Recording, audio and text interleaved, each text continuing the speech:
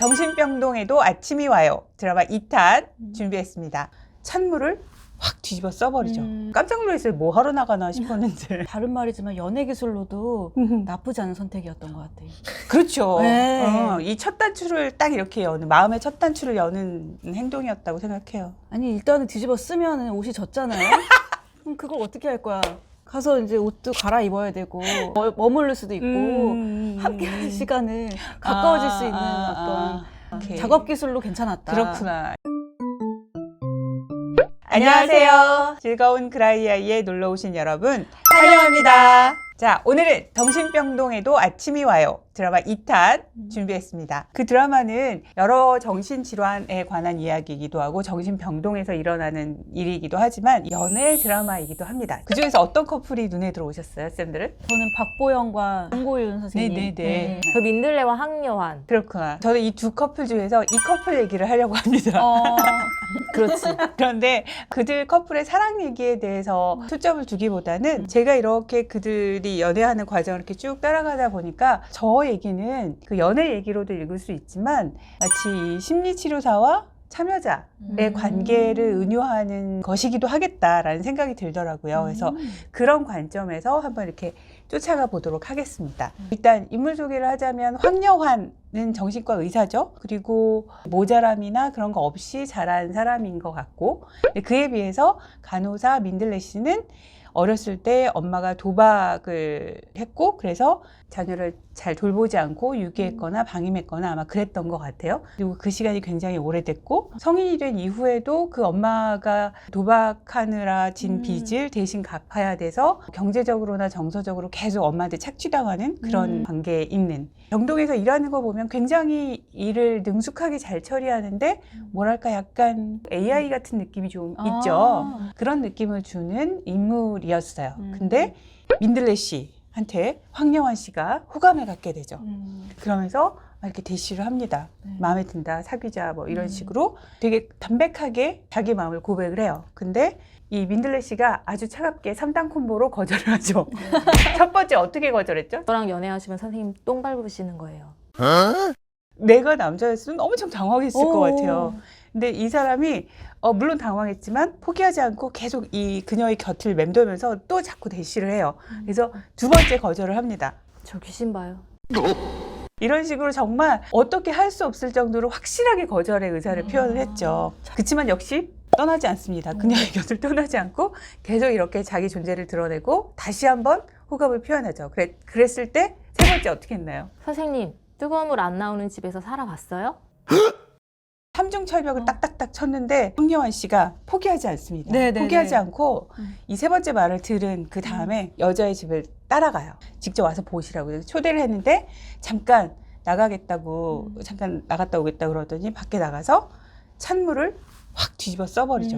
깜짝 놀랐어요. 뭐 하러 나가나 싶었는데. 난 뭐 사갖고 오는 줄 알았어. 나도. 그러니까 저도 그 장면에서 설마 그런 행동을 할 거라고 상상도 못했는데 그런 행동을 하더라고요. 그 장면까지를 보면서 심리치료사로서 정말 쉽게 포기하지 않는 거, 이게 굉장히 중요하다라는 생각을 했어요. 우리가 참여자를 만날 때 대부분의 참여자는 자발적으로 오죠. 근데 자발적으로 상담을 하러 와서도 자꾸 늦는다든지 아니면 약속 자체를 취소한다든지 아니면 상담 장면에서 도망가는, 저항하는 그런 참여자들을 만날 수 있는데, 그럼에도 불구하고 치료사가 흔들리지 않고 나는 당신을 돕기 위해서 이 자리에 있습니다 라는 그런 중심을 지키면서 머물러 있는 것, 그것이 굉장히 중요하다라는 생각이 들었어요. 그런 것들을 보여주는 게 아닐까라는 생각이 들었고, 그 다음에 이제 아까 그 찬물 뒤집어 쓰는 거 얘기했잖아요. 저는 거기서 민들레 씨가 어떤 느낌이었을 것 같으세요?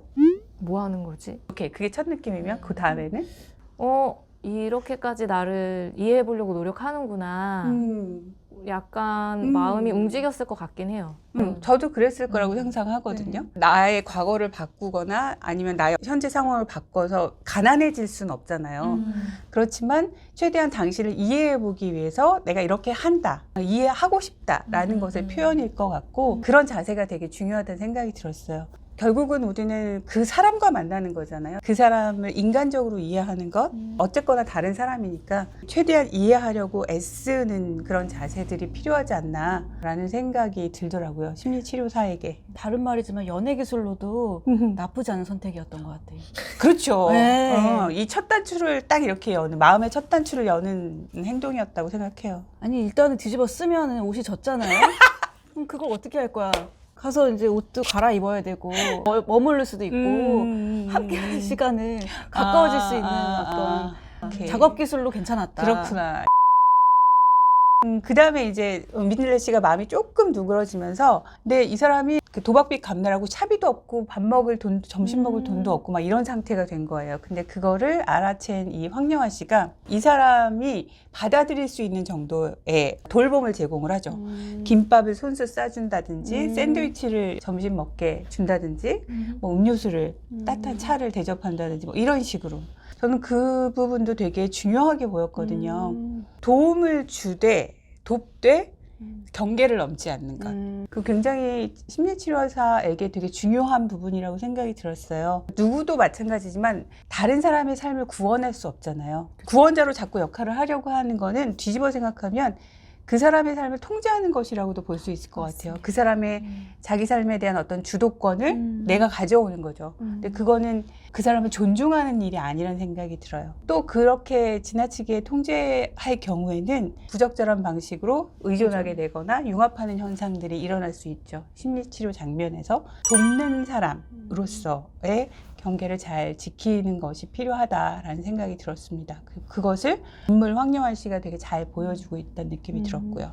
근데 이제 민들레 씨가 계속 엄마와 얽히면서 괴롭힘을 당하거든요. 엄마가 집에 찾아와가지고 최고 거의 빌런. 눌러 살잖아. 아예. 그러면서 집도 못 팔게 하고 뭐 직장에서 대출도 안 되냐 뭐 이러면서 딸이 의사 남자친구를 사귄다라는 걸 이제 냄새를 맡고 찾아오죠. 그래서 돈을 요구합니다. 근데 저는 그 엄마 빌런 앞에서 이 남자가 어떻게 할까 되게 궁금했는데 또 아주 간단하게 딱 자리를 마무리하고 털고 일어납니다. 어떻게 그쵸. 했죠?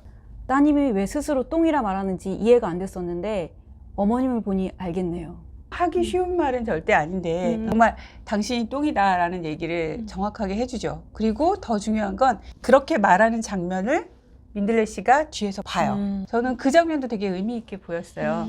민들레가 엄마로부터 거리를 두고 경계를 설정을 했지만 그럼에도 불구하고 그걸 유지하는 건 쉽지 않다라고 생각이 들거든요. 엄마가 계속 요구를 해올 경우에 그럴 때 이렇게 하면 되는구나, 이게 필요하구나라는 것을 몸소 보여주는 그런 모델링의 역할을 했다고 생각이 들어요. 상담 장면에서도 참여자한테 이 역할이 되게 필요한데 이거 안 해봤던 것들이 대부분이기 때문에 마음을 먹지만 몸으로 잘 수행이 안 되는 것들을 보거든요. 그럴 때 치료사가 더 구체적으로 선을 보이고 그걸 따라하고 이런 과정들이 분명히 필요하고 엄마한테 한 그런 대사, 반응들, 황영환의 그것이 민들레에게 적절한 모델링이 되었을 것이다 라는 생각이 들어요. 그리고 그것이 치료사에게 또 중요한 역할이 되겠다라고 말할 수 있을 것 같습니다.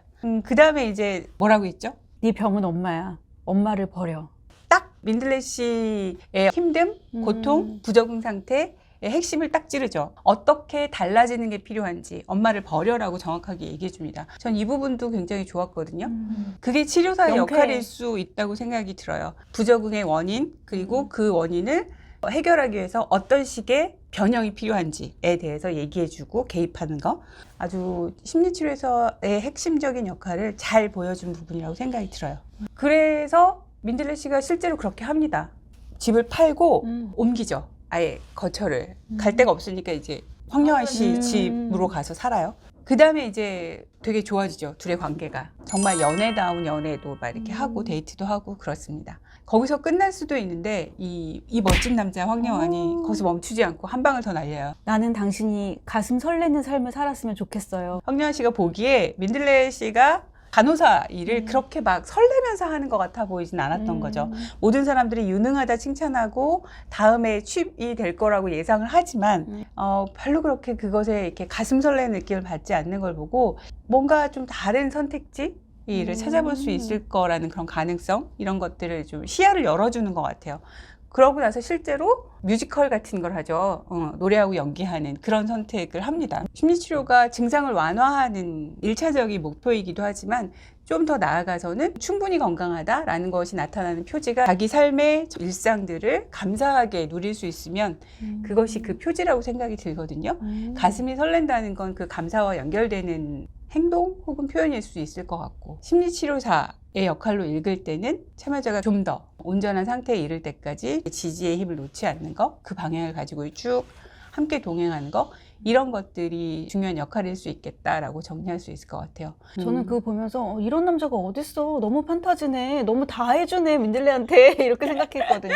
그러니까. 네, 근데 선생님 얘기 듣고 보니까 아, 심리치료사의 관점에서 이상적인 모델을 되어주는구나 하니까 납득이 됐어요. 근데 뭐 남자 여자를 따지지 않고 연애 관계에서 그렇게 해주는 것이 누구에게나 쉽지 않은 일이라고 생각이 들어요. 근데 그렇게 할 수 있다면, 근데 불가능한 건 아니잖아요. 할 수 있다면 그건 상대에 대한 존중과 애정이 함께 있을 때 가능하다라는 생각이 들거든요. 그리고 그거는 달리 말하면 심리치료사의 일도 그렇다는 얘기인 거죠.